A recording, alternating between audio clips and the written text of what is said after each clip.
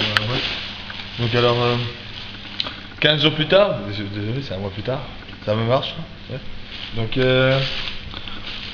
donc voici les bennes, donc là elle parle, vous avez donc les sorties des ouvriers, juste là.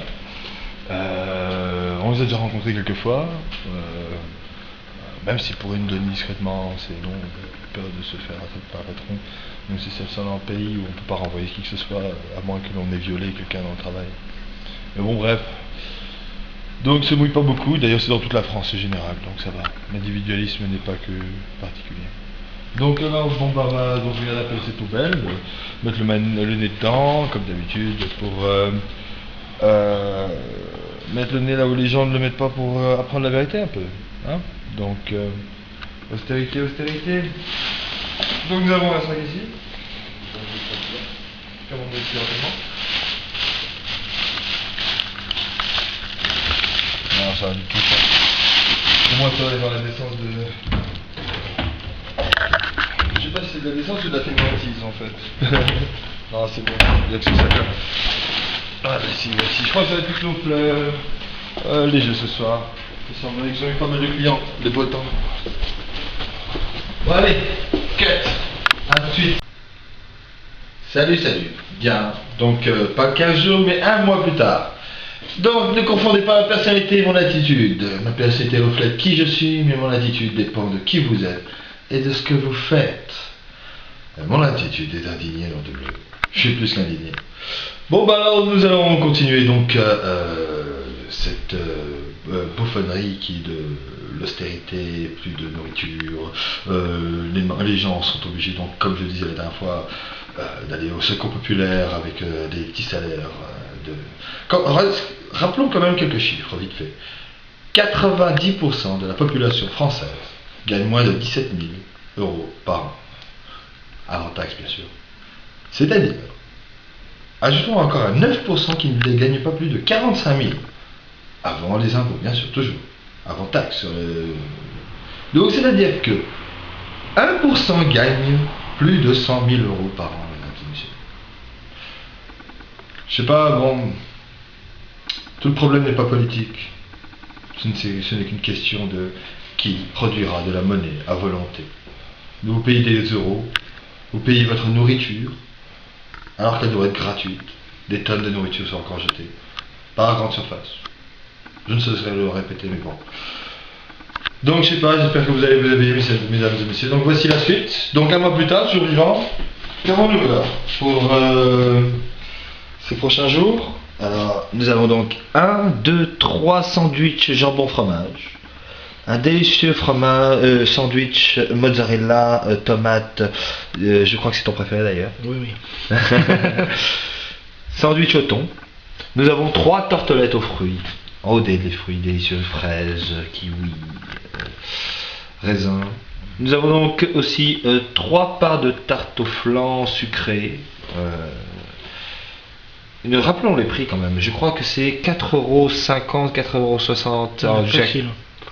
Le sandwich, pareil pour celui-ci. Celui-ci, je crois qu'il est autour de 3,50 €. Tartelette, c'est 4 € facile.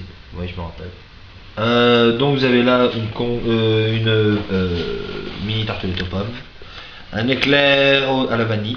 Et nous avons donc 3 boîtes individuelles par personne. Une jambon fromage œuf, et voici jambon de Bayonne, noix, olive, pomme, salade.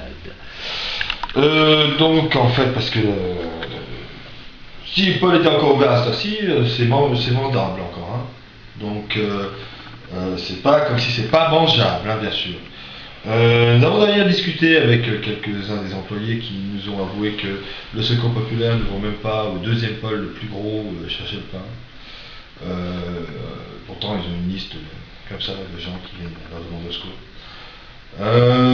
Il faut des listes, vous avez droit à un certain nombre de points pour aller au secours populaire. On vous donne en fonction de vos enfants, du nombre d'enfants, de la famille, d'un nombre de points que vous avez le droit que d'aller toutes les 3 semaines à peu près pour prendre un certain nombre de nourriture. Alors qu'il pourrait faire beaucoup, bien sûr. Donc quand vous comprendrez qu'en fait la dépopulation par la famine les maladies, comme la fausse maladie de la grippe aviaire, et maintenant 90 millions de vaccins remplis de mercure qui étaient supposés pour être pris par la population pour donner un Alzheimer. Parce que le mercure dans le sang ne peut donc être rejeté par le corps, il faut l'injecter, et donc attaque le nerf, la gélatine qui est dessus, donc dénude comme un fil électrique, et vous donne Parkinson, Alzheimer. Bon, Dieu merci, seulement 2000 personnes sont mortes, donc ça va, c'est pas, alors ça peut pas les quelques millions. Bon, voilà, nous avons donc pour combien de personnes? 1, 2, 3, 4, 5, 6, 7, 7, je dirais, 1, 2, 3, 4, 5, 6, ouais, 7 desserts, on va dire, avec les desserts, voilà, 7 personnes. Voilà, petite prise, voilà, on est quoi aujourd'hui? Mercredi. Voilà, mercredi soir. Donc ouais, je crois que le mercredi soir, les gens étaient plus gourmands, il a fait beau aujourd'hui, et beaucoup de monde sur les terrasses.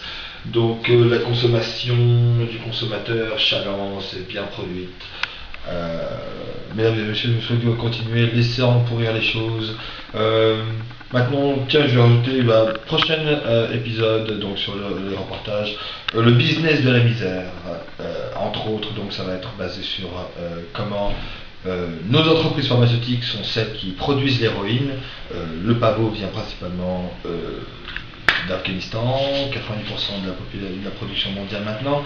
Les talibans l'avaient éradiqué, il faut dire la vérité, avant 2000, moins de 2%. La raison d'ailleurs pourquoi ils ont assassiné Ben Laden, selon Benadi Bhutto, qui est assassiné au Pakistan. Recherchez sur internet qui est Benadi Bhutto, pour ceux qui ne s'intéressent pas à la géopolitique. Voilà, donc sur l'héroïne produite par les entreprises pharmaceutiques, et le plus choquant que j'ai trouvé dans l'histoire, c'est les étudiants en pharmacie le savent. Car ils se font même encore plus d'argent sur le soin, car une fiole de méthadone est payée par vous, le taxpayer, 84 €. Le soignant à la CMU n'a qu'à payer 2 ou 3 €, 1,60 €. Plus le Subutex, qui est une plaquette de 20 €.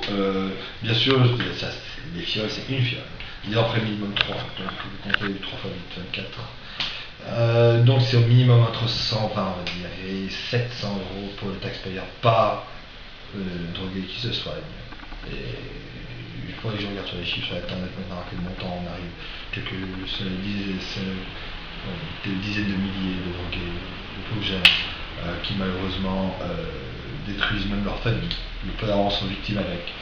Ou l'héroïne maintenant aussi, donc vous avez aussi des associations, Rimbaud, qui sont supposées les droguer, essayer de sensibiliser sur l'héroïne. Leur premier travail sur l'addiction, donc l'héroïne surtout, le problème de l'alcool. Et ils sont financés et sont au courant que cette mascarade de drogons et nous soignons. Donc droguer, c'est une affaire internationale de 150 000 milliards, 150 trilliards gérée par Hong Kong. C'est essentiellement la East India Company qui faisait son argent sur l'esclavagisme noir il y a 300 ans, et l'opium. L'opium a été changé par Bayer fin du 19e siècle en héroïne, et a été même vendu pour la toux en 1901, même pour enfants, sachant les effets dévastateurs de ces produits, puisque les laboratoires font toujours des essais, bien sûr, on va pas nous faire la mascarade. Donc nous allons passer maintenant à l'héroïne, qui traîne dans la rue, qui ravage des familles, qui font les poches remplies de ces aristocrates. Toutes les tonnes d'opium pour la France arrivent à Monaco. Je regardais sur internet où sont des entreprises pharmaceutiques à Monaco. Ils sont même pas sur les ports, ils sont carrément sur les quais.